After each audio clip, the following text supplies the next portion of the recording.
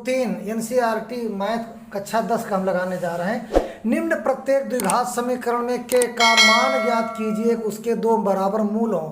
पहला है 2x² plus kx plus 3 बराबर 0। ये एक द्विघात समीकरण है। तो हम लिखेंगे द्विघात समीकरण ax² plus bx plus c बराबर 0 से तुलना करने पर, तो यहाँ पर बच्चों a बराबर हो जाएगा आपका 2 और b बराबर हो जाएगा k और यहाँ पर c बराबर आपका हो जाएगा 3। तो अब हम आगे सवाल लगाएंगे। तो यहाँ विविक्तकर का सूत्र लगाएंगे b² माइनस 4ac।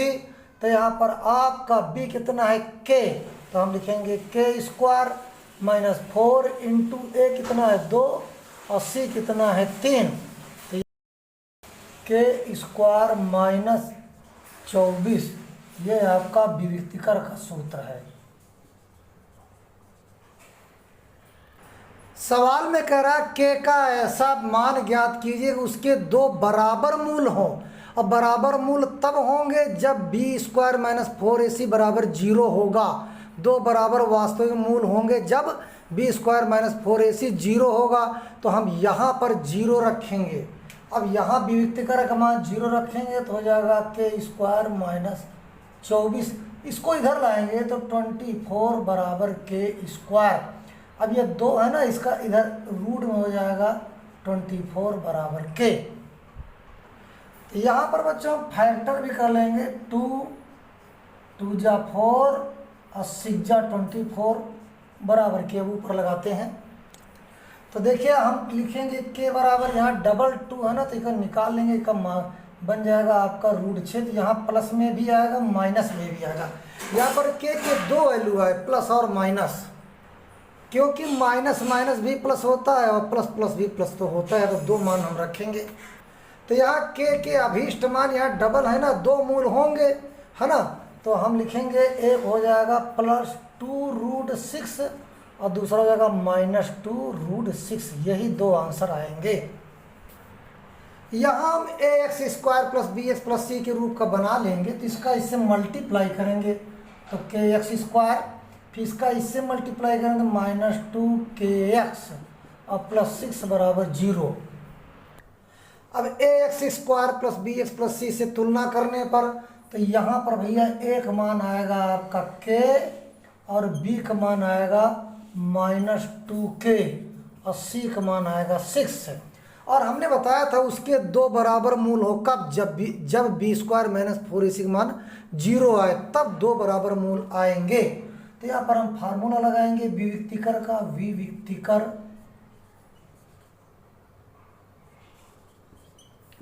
बराबर b² माइनस 4ac। अब b² माइनस 4ac बराबर 0 होना चाहिए, इसकी जगह हम 0 लिखेंगे। अब b की वैल्यू क्या है आपकी, b की वैल्यू है -2k। तो यहाँ लिखो -2k² माइनस 4 इंटू, अब a कितना है, a है k, तो यहाँ पर k लिख दीजिए इंटू c कितना है, c आपका 6 है, 6 है ना, ऐसे।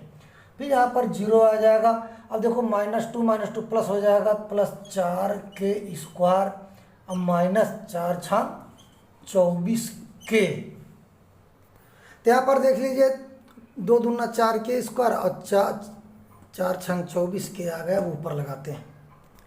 यहाँ पर 4k हम कॉमन ले लेंगे। 4k अगर कॉमन लेंगे तो यहाँ पर खाली k बचेगा, यहाँ 6 बचेगा, 0 आएगा। अब इसके अपान में आएगा तो आपका वो 0 हो जाएगा, 0/4k। तो ये भी आपका 0 ही हो जाएगा। तो k - 6 बराबर 0 आएगा।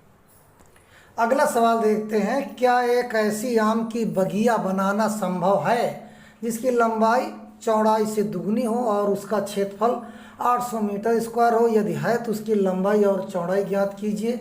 आइए करते हैं। तो हमने लिखा माना आम की बगिया की चौड़ाई x मीटर। चौड़ाई देखो हम मानेंगे और कह रहा है चौड़ाई से लंबाई दुगनी हो, तो यहाँ लंबाई हो जाएगी, इसका दुगना कर दो 2x मीटर। बहुत बढ़िया। फिर यहाँ पर प्रश्नानुसार लिखेंगे और उसका क्षेत्रफल 800 मीटर हो, तो क्षेत्रफल बराबर लंबाई गुणे चौड़ाई, यानी इसका गुणा बराबर 800 हम कर देंगे। तो यहाँ हो जाएगा 2x इंटू x बराबर 800 है ना। इसका मल्टीप्लाई करेंगे 2x² बराबर 800 मीटर स्क्वायर। तो 2x स्क्वायर बराबर 800, तो x स्क्वायर बराबर 800/2, इसको काटेंगे तो आ जाएगा 400, तो x बराबर इसको रूट में कर देंगे, रूट 400, तो बराबर आ जाएगा 20 मीटर। तो आप यहाँ पर प्लस माइनस रख सकते हो, तो -20 तो रिजेक्ट हो जाएगा, +20 आएगा, तो हम लिखेंगे चौड़ाई बराबर 20 मीटर, और लंबाई दुगना है तो लंबाई बराबर 40 मीटर हो जाएगा। बड़ा अच्छा सवाल है। चौथा सवाल, क्या निम्न स्थिति संभव है? यदि है तो उनकी वर्तमान आयु ज्ञात कीजिए। दो मित्रों की आयु का योग 20 वर्ष है। 4 वर्ष पूर्व उनकी आयु वर्षों में का गुणनफल 48 था। आइए इस सवाल को लगाते हैं। तो माना एक मित्र की आयु x वर्ष, तब दूसरे मित्र की आयु, अब दोनों का टोटल है 20 और एक के x है, तो दूसरे इसके 20 में एक का घटा दो तो दूसरे निकल आएगी, तो जाएगा 20 - x वर्ष। बहुत बढ़िया। तो 4 वर्ष पहले दोनों की उम्र, तो अब एक है x, तो 4 वर्ष पहले हो जाएगी x - 4, और दूसरे की है 20 - x, तो यहाँ पर हो जाएगा 20 - x - 4। तो अब 20 में 4 घटाओगे तो क्या हो जाएगा? आपका हो जाएगा 16 - x, ये आएगा आपका, या इसको नीचे लिख दो 16 - x वर्ष। ये 4 साल पहले की उम्र है। अब 4 साल पहले की उम्र का गुणनफल, तो एक तो है x - 4 और दूसरा है 16 - x। लेकिन सवाल में क्या कहता है कि 4 साल पहले का गुणनफल कितना 48 था, तो हम यहाँ इक्वल में 48 लिख देते हैं। बढ़िया, इक्वेशन बन गया आपका, समीकरण बन गया। अब इसका इससे मल्टीप्लाई करो तो क्या हो जाएगा 16x, फिर इसका इससे मल्टीप्लाई करो -x स्क्वायर, फिर इसका इससे माइनस करो तो क्या हो जाएगा 64, इसका इससे माइनस करो तो माइनस प्लस हो जाएगी, +4x बराबर 48 आ जाएगी। फिर यहाँ पर इसको इधर करो तो -x स्क्वायर और 16x और 4x हो जाएगा 20x, और -64 बराबर 48। फिर इसके बाद -x स्क्वायर + 20x बराबर 48 और +64 हो जाएगा। फिर इसके बाद -x स्क्वायर + 20x, अब आप इसको जोड़ दो, 8 4 12 तो यहाँ से 6 1 7 4 11। फिर इसके बाद -x स्क्वायर + 20x - 112 बराबर 0। इसको -1 से गुणा कर देते हैं हम, तो हो जाएगा x स्क्वायर - 20x + 112 बराबर 0। अब यहाँ पर a बराबर क्या होगा, a1। हम ax स्क्वायर + bx + c से तुलना करते हैं, तो b बराबर हो जाएगा -20 और c बराबर 112। फिर विविक्तिकर का सूत्र लगाएंगे, विविक्तर बराबर b स्क्वायर - 4ac। तो यहाँ पर आपका b कितना है -20 कर दीजिए स्क्वायर, -4 इंटू a कितना है आपका 1 और c है 112, तो यहाँ पर 1 और गुणे 112। तो यहाँ 20 स्क्वायर है तो हो जाएगा 400, अब माइनस देखो 112 को 4 से गुणा, 4 एकम 4, 4 दूनी 8, 4 एकम 4, 4 एकम 4, तो यहाँ पर कितना आएगा -48, जो कि 0 से छोटा है। 0 से कोई भी माइनस में गिनती आती है तो वो 0 से छोटी होती है। तो यहाँ पर बच्चों अगर b स्क्वायर - 4ac छोटा है 0 से, तो इसका कोई वास्तविक मूल नहीं होता है। तो हम यहाँ पर लिखेंगे, अतः द्विघात समीकरण x स्क्वायर - 20x + 112 बराबर 0 के कोई वास्तविक मूल नहीं है, अतः दी गई स्थिति संभव नहीं है। ये हम लिखेंगे, यहाँ संभव नहीं है, इसके मूल नहीं निकलेंगे। 5वां सवाल है बच्चों, क्या परिमाप 80 मीटर तथा क्षेत्रफल 400 मीटर स्क्वायर के एक पार्क को बनाना संभव है? यदि संभव है तो उसकी लंबाई और चौड़ाई ज्ञात कीजिए। आइए ज्ञात करते हैं। तो हम जो है माना पार्क की चौड़ाई 100 मीटर मान लेते हैं, तो प्रश्नानुसार पार्क का परिमाप कितना है 80 मीटर। तो हम यहाँ पर 80 मीटर लिख देते हैं। और पार्क का फार्मूला होता है 2 और लंबाई धन चौड़ाई बराबर 80 मीटर। तो यहाँ पर आ जाएगा आपका ये 2 उधर अपान में चला जाएगा तो हो जाएगा लंबाई धन चौड़ाई बराबर 80/2।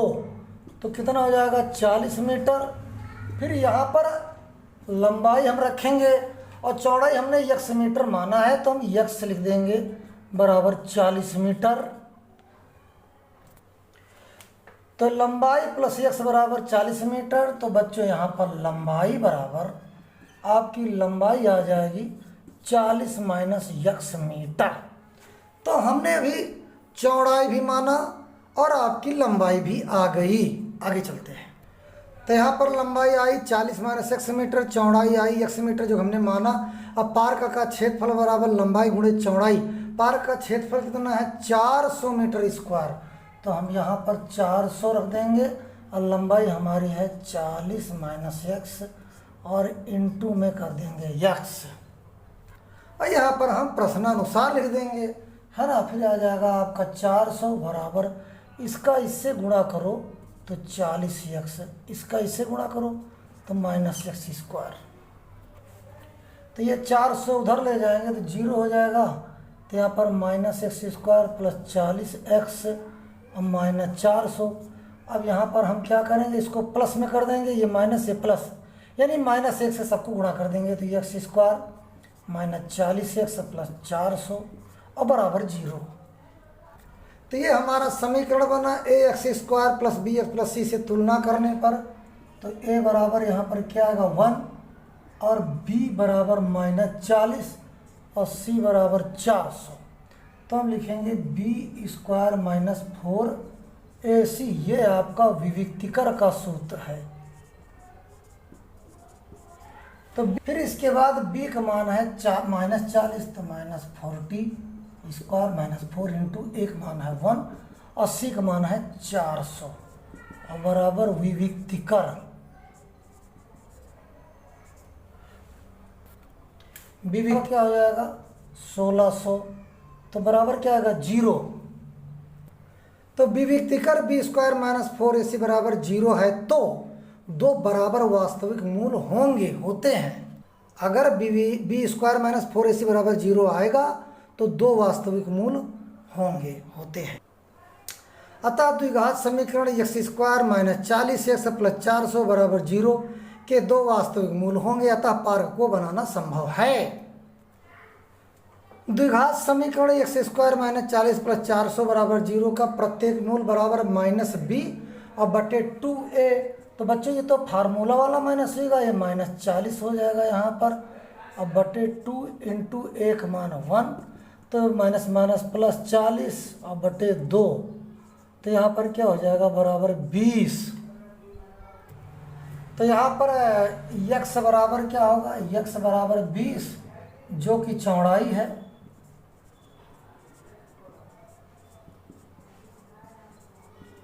तथा लंबाई हमने माना था 40 minus x, 40 minus x, 40 minus x। अब तो यहाँ पर x बराबर 20 जो कि चौड़ाई है हमने माना था, देखो ये, और तथा लंबाई बराबर 40 माइनस x। तो 40 में 20 घटा देंगे तो 20 आ जाएगा, यानी लंबाई भी 20 और चौड़ाई भी। तो बच्चों अतः पार्क की लंबाई और चौड़ाई क्रमशः 20 मीटर और 20 मीटर है। धन्यवाद बच्चों। वीडियो लाइक सब्सक्राइब कमेंट करो जिससे अगली नोटिफिकेशन आप तक पहुंचती रहे और बेल आइकन घंटी बजा दीजिए। अगर कोई सवाल समझ नहीं आता तो आप कमेंट में लिखो, हम दोबारा लगाने की कोशिश करेंगे। थैंक यू, धन्यवाद।